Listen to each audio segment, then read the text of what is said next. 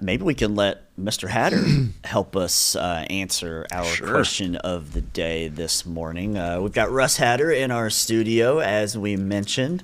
Good morning, Russ. Thank you for being here. Glad to be here. Thank you for having me. So before we talk about your book and the real reason why you're here, do you care to answer our question of the day to get the conversation started? Very, very easily. When I was a kid in the 50s, I hated politics on television. Okay. I hated the conventions, and my dad loved them. So we had to watch it, a little tiny screen and everything. But boy, nowadays, it's a different story. Yeah. I'm really fascinated by it and also disappointed. Yeah. Yeah. That's another story. It can be equal parts very deflating and disappointing, but it can be fascinating as well from a media perspective, right? And how you've got your Steve Kornackis of the world out there on NBC and giving all these the county makeups and breakdowns and how they've shifted over the years, and like the amount of information we have now is just incredible. I can definitely imagine you going from I don't like this to I really enjoy following all this, and then maybe now with the current climate, just maybe I don't love it so much right now. Yeah. Russ, thanks for being here. So we've got a new book. Yes. We got a new book. This is a paperback book, so it was more affordable for people. Okay, yeah. If you'll notice in the interviews on national TV, they always in the background, there's a lot of times they have their libraries. Oh, yeah. About 90% of those books are all paperbacks. Yeah. So it's the way it is. But that's the book, Yeah. Franklin County Reference. I did not write this book. Okay. It's important that you understand that Okay. I compiled it. The museum, Dr. Eleanor Haskins Wagner, received a grant from Fiscal Court to gather up information within the museum that was related to Franklin County outside the city limits. A lot of history is in the town, in the city, but there's a lot of history in the county as well. So in the book that we put together over a 2.5-year period time, we came up with the following chapters. There's something called a windshield tour. My wife and I drove every county road, except those that were mentioned, just say no trespassing, that sort of thing. But we went all over the county with our little dog and just made a 2.5-month venture into the county. And I'll tell you, it's a beautiful county. Yes. When you get out in the hinterlands. We covered a good bit of information. The most fascinating part to me is the timeline. I noticed your timeline downstairs here at the plant board. Yeah. And all those pictures I recognize from our files at the museum. And those timelines are just very important. But we cover communities. You ever heard of Tiger? I haven't, Have you? actually. I don't know. I'm not sure. Honeysuckle. There's all kinds of crazy little communities. Okay, yeah, no, that the are in community that town. tiger. No, I haven't heard of that. Yeah. But we have a section on the families. We chose about 300. And this all comes from the files of the Capital City Museum. Yeah. So I just took from those files representatives of each file for the counties. We did schools, churches, cemeteries, post offices, entities. Oh, that's really exciting. Well, that's really Josephine Sculpture Park, things like that nature. Other things that are out in the county that a lot of times people don't think about. We have a page on streams, waterways, and ferries. Okay. We had close to 20 ferries on the Kentucky River and Benson Creek and along the way. Before bridges, the ferries were where it was at. So there's a section on that. There's landmarks, some of the important old houses, and I have some images to show some of the folks in the audience. That's right. The first one we have in our list is the Franklin County quadrant map. Yes. Yeah. That gives you an idea. When we got this grant to do this, we went to Robert Hewitt, who was then in charge of the maps of Franklin County and everything else. He plotted out a huge map, almost as big as this desk. Yeah.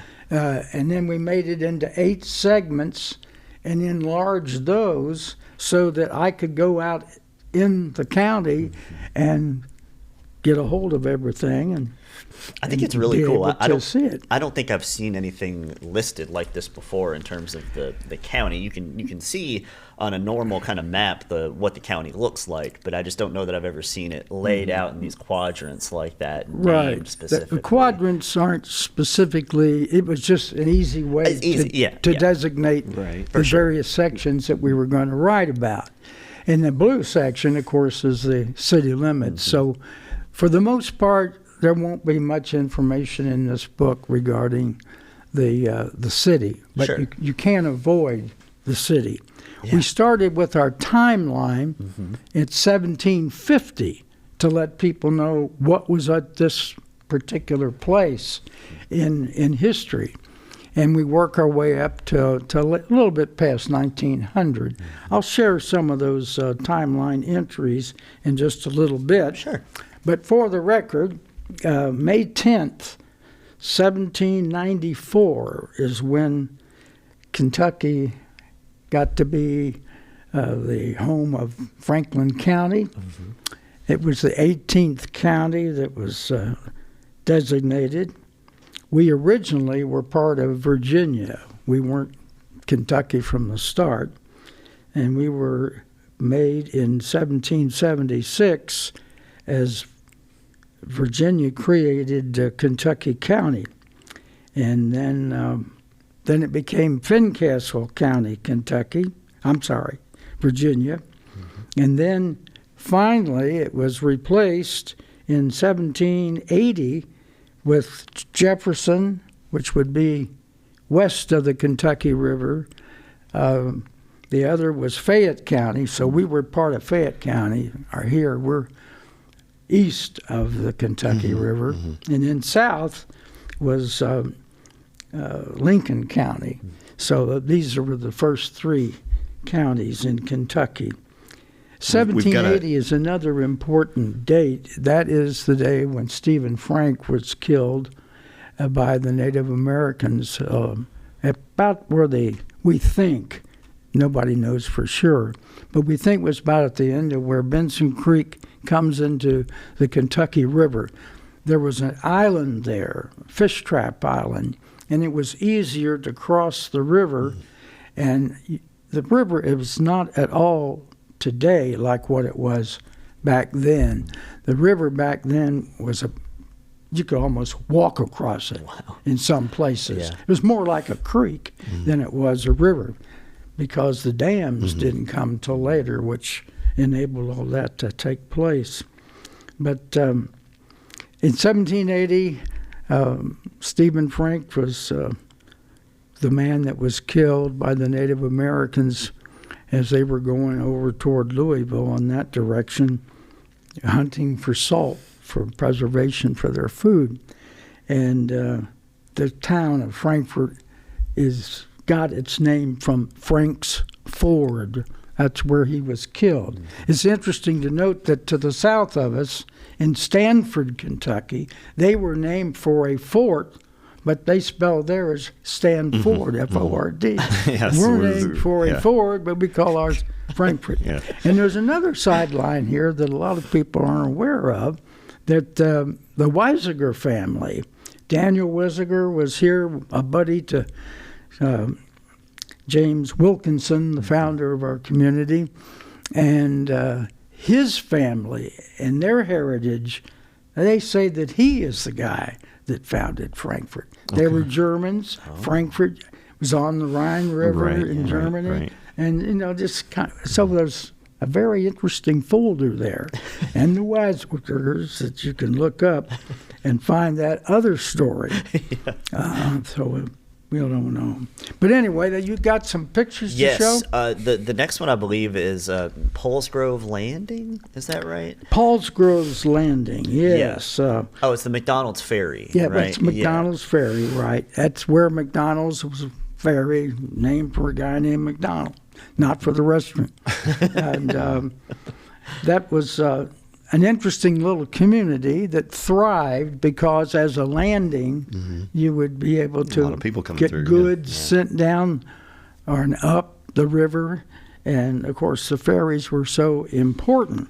And this also shows you some of the beauty in our county. I'm looking at my notes here to make sure that I get you the right story. The original spelling of Paulsgrove was Paltzgraff.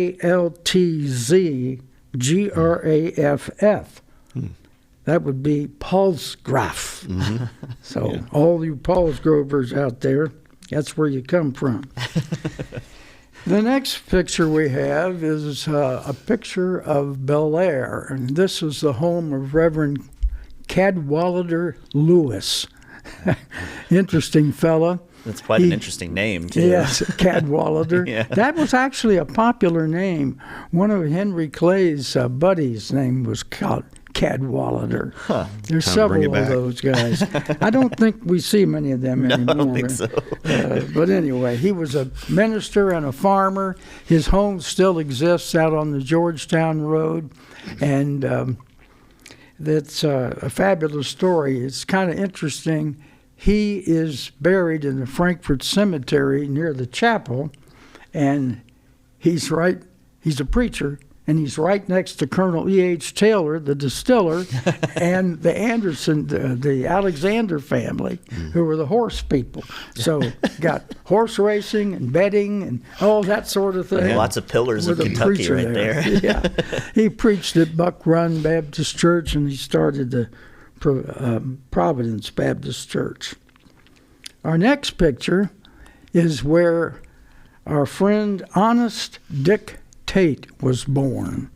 Honest Dick Tate is on Reading Road off of Georgetown Road.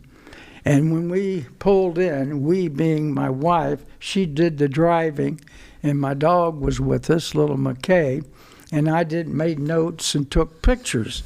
And this was where Honest Dick Tate was born. If you're not familiar with him, viewers, he was the guy that absconded with $250,000. He was treasurer of Kentucky. And he took off one day because what he did was he would loan out money from the treasury to people. If you wanted to start a business or something, then you'd pay him back a little interest. Yeah. And so he was making kind of money. Politics are the damnedest. Yeah, Russ, that doesn't sound too honest to me. I know, but he served for 20 years. He was incredible. But we never did find out where he wound up. Yeah. They think he died in China. Wow. But they never did find him. Okay. But his family's all buried up there in the Frankfort Cemetery. Honest Dick Tate. The next one I think we've got is an old stone house. Yes. Is that right? I don't know a thing about this house. I retired in 2021, so I never got to find out about this house. But it is absolutely an incredibly beautiful stone home out at Paulsgrove's Landing on the old Stony Creek Road. Is it occupied? I'm sorry? Is it occupied? I think it might be because the grass was cut and things looked pretty good, but I know nothing at all about it. So maybe your viewers can pass the word along to us, getting in touch with the museum. The next house we want to look at is very modern for Franklin County. Yeah, that's pretty cool. Yeah. This is architect Rick Hardy's design. He has several places in Franklin County that he has built, including his own house out there on the Shadwick Ferry Road. And that's kind of fantastic. This one is off the old Owenton Road it's in the area of Black Oak, White Oak, Pin Oak Drives out in the northern part of the county. I wouldn't be surprised at all if you told me a rock star lived there. Honestly, it just looks like, or like an avant-garde like painter or something. I have no idea who lives there. Yeah, it's pretty cool. I hope the people that live in these houses that we show aren't upset with us for just taking shit. But it was our job. Yeah. So I was there to do that. We've got another interesting home. Yeah, this is a former magistrate. His home, current Judge Michael Mueller. Yeah, current judge executive. He's current judge executive. He was elected in 2022. And this is also the Inside Out design company that his wife, Andrea, runs. That's right. And that's a beautiful, very modern home. Yeah, and as expected, like you said, is Judge Mueller's wife, who, Judge Mueller was on the show just recently, and we love to have him here talking about stuff about Franklin County. But his wife runs the Inside Out design, and as is expected, right, have a beautiful front garden in their home. Yeah, exactly. That's off the Georgetown Road where they live out at Forks of Elkhorn. Mm-hmm. This next shot is an example of some of the beauty in Franklin County. I don't know if that's a lake that's been created, or if I don't think it's part of the Kentucky River. It's off the Gregory Woods Road in northwestern Franklin County. But it just gives you beautiful views. We noticed on some of the roads out where the Bethel Baptist Church is, there's a road that goes down short ways for a while that's huge in terms of height. And you can see all over the county. It's just beautiful to see. And then on the other side of the county, down in the south, there's a road off of Avenstoke Road that is also elevated pretty. I think it's called Highwood Road or something like that. But it's beautiful too. And if you start going down these little tributaries of these county roads, it's amazing what you're going to see and what you're going to find. It really is. This next road picture is Judge Reuben Brown's house, we think. It measures up to the DJ Lake map of the 1870s, 1880s, and it's listed on the Browns Road. And this is out at Bridgeport, Kentucky, and it looks to be about 1880s, but it's Judge Reuben Brown's home. He got to be judge in 1856. The first Franklin County judge, John C. Herndon. This was the first judge under the new Constitution for the state of Kentucky. There were other judges prior to this in the earlier 1800s, but this guy here, Judge Reuben Brown, he wound up winning by 78 votes. That just shows you how important it is to get out the vote, as we already know. Yeah, well, as we know, and especially in local elections, right? It really can come down to a handful of votes. I would like to invite your viewers to add their family history to the Capital City Museum. We have a library there at the museum where you can study and research. So if you're interested in learning more about Franklin County and getting a copy of the book, it's on sale there at the museum, 325 Ann Street. Feel free to do so. The timeline is so important. Yeah. As I mentioned, your timeline down there.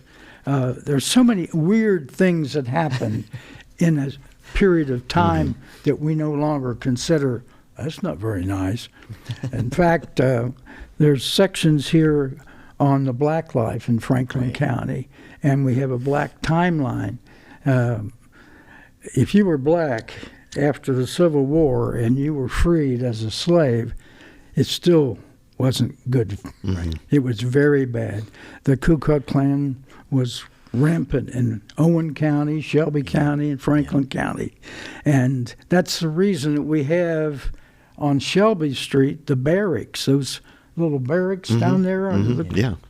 That was built in the 1870s by the federal government to house soldiers to protect African Americans from white people. They would leave the fields after they were freed and came into the bigger towns looking for work, for jobs. And they worked cheaper than the whites would work.